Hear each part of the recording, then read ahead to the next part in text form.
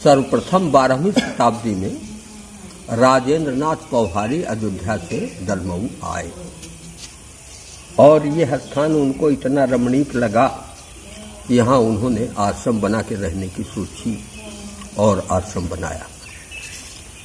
तब से यहाँ ये बड़े मठ सनातन धर्मपीठ की आश्रम परंपरा का सूत्रपात हुआ और उसके बाद जो है एक के बाद दूसरा, दूसरे के बाद तीसरा, न जाने कितने सिद्ध और तपस्वी संत इस क्रम में हुए और सबने अपने अपने हिस्से का कार्य किया। इस मठ को उजागर किया, सनातन धर्म को फैलाया और इस प्रकार से 24वें हमारे महामंडलेश्वर स्वामी देवेंद्रानंद गिरि जी इस समय वर्तमान में विराजमान है। और सबसे बड़ी प्रसन्नता की बात यह है, मठ के लिए उपलब्धि की बात यह है कि पहले महंत तो होते रहे, लेकिन देवेंद्रानंद गिरि जी के समय में महामंडलेश्वरी का पद उन्हें प्राप्त हुआ और उससे विभूषित हुआ। ये जनपद भी गौरवान्वित हुआ क्योंकि इस जनपद में सन्यासियों के आश्रम के नाम से केवल एक ही आश्रम ये प्रतिष्ठित है और हैं तो तमाम आश्रम, लेकिन प्रतिष्ठित नहीं। लेकिन बड़ा मठ प्रतिष्ठित है, इसलिए कि न जाने कब से संतों की परंपरा यहाँ चली आ रही है। और दलमऊ तीर्थ होने के कारण, दलमऊ तीर्थ उस स्थान को कहते हैं, अगर हर स्थान से जहाँ से गंगा बहती है उसे तीर्थ नहीं कहा जाता। तीर्थ कहते हैं जहाँ पर जिस तट के किनारे योगियों ने साधना की हो, तपस्वियों ने तपस्या की हो, धर्माचरण संस्थापित किया गया हो महात्मा साधुओं के द्वारा। अगर ऐसी स्थिति किसी स्थान विशेष की होती है तो उसे तीर्थ कहा और दलमऊ को तीर्थ में शुमार किया गया है। एक सीतापुर के कवि हैं जिन्होंने गंगाश्रम नाम से एक पुस्तक लिखी थी कभी, तो उन्होंने गंगा के किनारे किनारे के तीर्थों का वर्णन किया था जिसमें दलमऊ का भी वर्णन निहित है और दलमऊ के बारे में भी उन्होंने लिखा है कि दलमऊ एक तीर्थ है गंगा के किनारे। तो इस प्रकार से इस स्थान की महिमा जो है संतों ने बढ़ाई, साधकों ने बढ़ाई, तपस्वियों ने बढ़ाई, धर्मानुरागियों ने बढ़ाई। तो इस प्रकार से ये तीर्थ बैठे, ये तीर्थ जो है स्थापित हुआ और तब से अब तक ये चला जा रहा है। सनातन धर्म की परंपरा को हम लोग अपनाए हुए हैं। तो पहले तो पौहारी लोग यहाँ रहते थे। अब पौहारी कौन थे, सन्यासी थे कि कौन थे, वैष्णव थे, हम नहीं जानते। लेकिन उसके बाद नाथ परंपरा ने उस पर जो है आधिपत्य जमाया और फिर वहाँ नामपट जो लगा हुआ है उसमें योगेंद्र नाथ, फलाने नाथ, नाथ शब्द जरूर लगा हुआ है सबके साथ।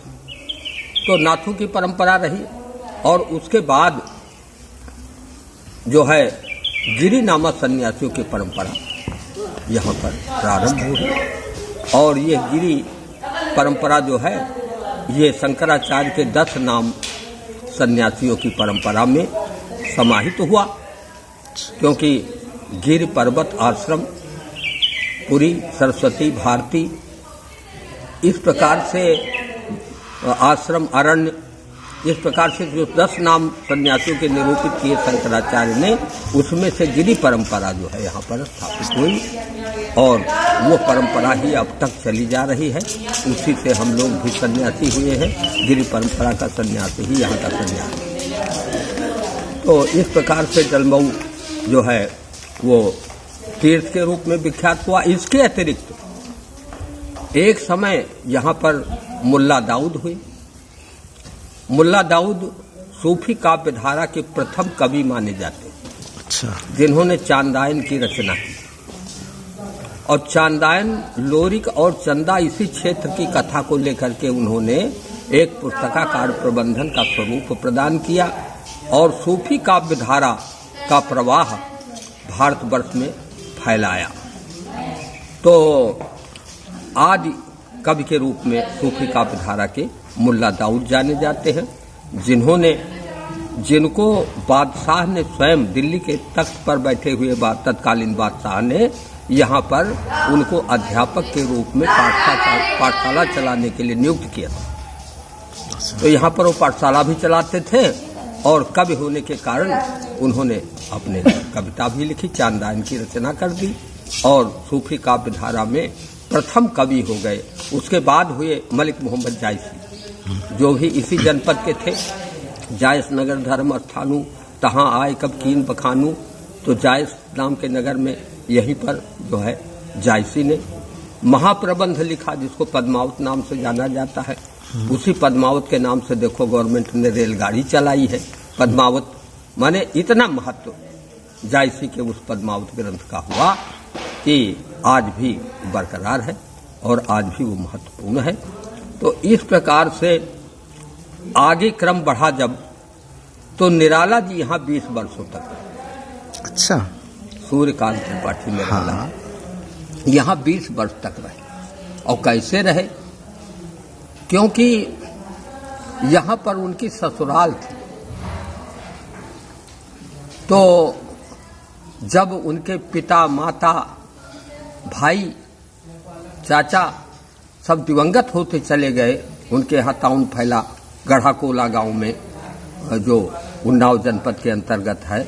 तो वहाँ से ये ससुराल चले आए और यहाँ उनकी पत्नी मनोहरा देवी रहती थी और उनके 2 पुत्र यहीं पर उत्पन्न हुए। एक पुत्री हुई सरोज नाम जिसका हुआ और दूसरा पुत्र हुआ रामकृष्ण।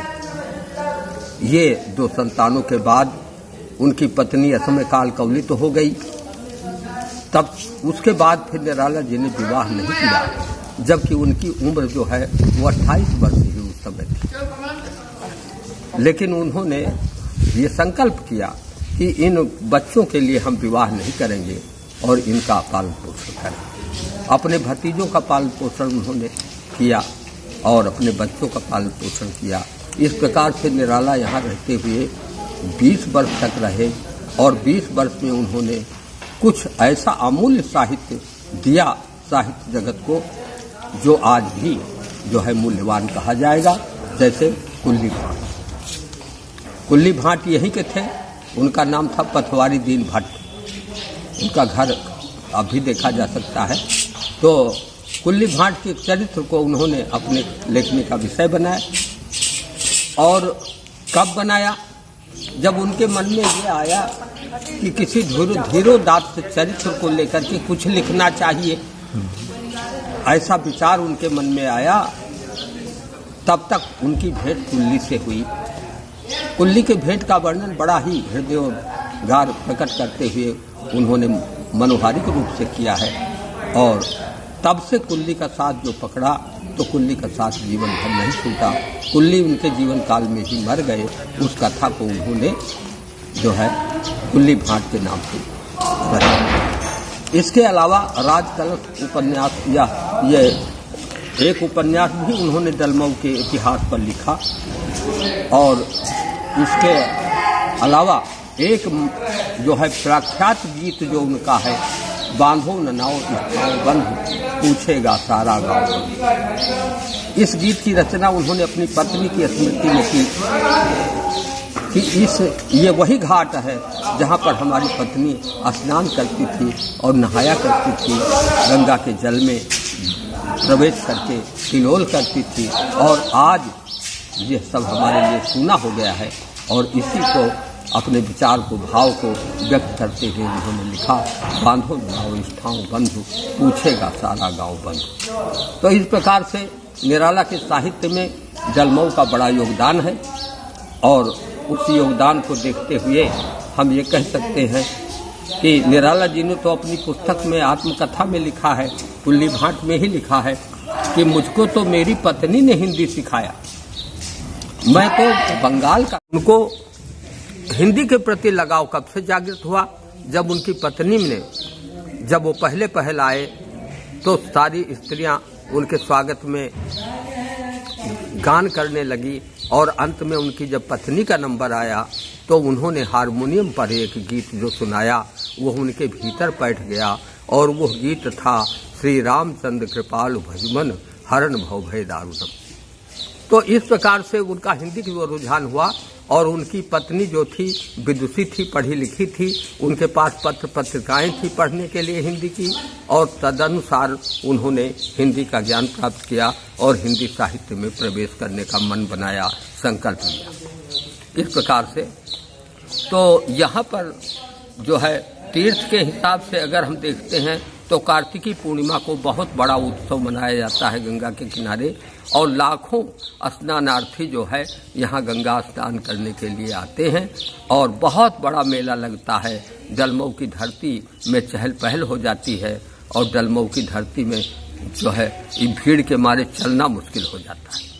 तो कहने का मतलब ये है कि ये गंगा जी की कृपा है कि जलमऊ को तीर्थ का स्थान प्राप्त है और हर पूर्णमासी को यहाँ पर गंगा स्नान करने के लिए दूर दूर से लोग आते हैं, गंगा से मनौती मानते हैं, गंगा में स्नान करके अपने को पवित्र मानते हैं। इस प्रकार से यह तीर्थ जो है अपना काम कर रहा है और गंगा जी के वजह से ये जलमऊ जो है सार्थक है। अन्यथा अगर जलमऊ गंगा के किनारे न होता तो खंडहरों की बस्ती के रूप में जाना जाता। तो क्योंकि यहाँ पर गंगा पुत्रों की ही बस्ती है, यहाँ पर और किसी जात के लोग कम ही रहते हैं, केवट है या गंगा पुत्र। तो इस प्रकार से यहाँ पर आश्रम लोगों ने बनाया, जिसमें से बड़ा मठ सबसे पुराना है। उसके बाद छोटा मठ बगल में बना, जिसको स्वामी योगेश्वरानंद ने बनवाया, सरस्वती ने, और दूसरी ही पीढ़ी में वो जो है वो गृहस्थों में चला गया। एक ऐसे संत हुए, अध्यापक थे यहाँ पर, जिनको उन्होंने वरासत लिख दी और उन्होंने अपने लड़के को दे दिया। तो इस प्रकार की मठ की परंपरा समाप्त हो गई। दूसरा आश्रम जो है यहाँ खड़ेश्वरी का है, जिसमें संत की परंपरा अब भी चल रही है और अभी दूसरी ही पीढ़ी है और अभी हमारे सामने स्थापित हुआ है।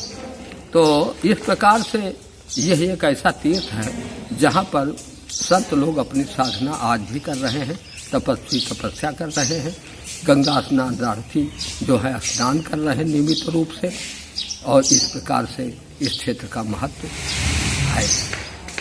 स्वामी जी, अभी कुछ लोगों से हमें पता चला कि यहाँ पर एक बार यज्ञ हो रहा था। हाँ जी। उसमें घी कम पड़ा, तो कुछ वो कुछ कथा है। कथा जो है वो जो हमारे सामने इधर मूर्ति है स्वामी बद्री नारायण गिर जी महाराज की, तो उनके समय में एक यज्ञ हुआ और वो यज्ञ जो है यहीं पर हुआ था, यही आंगन है, लेकिन तब कच्चा था ये।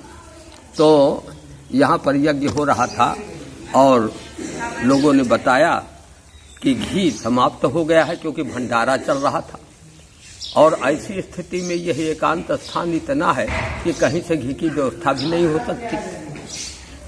तो उन्होंने कहा कि 4 टीन घी के गंगा जी से ले आओ।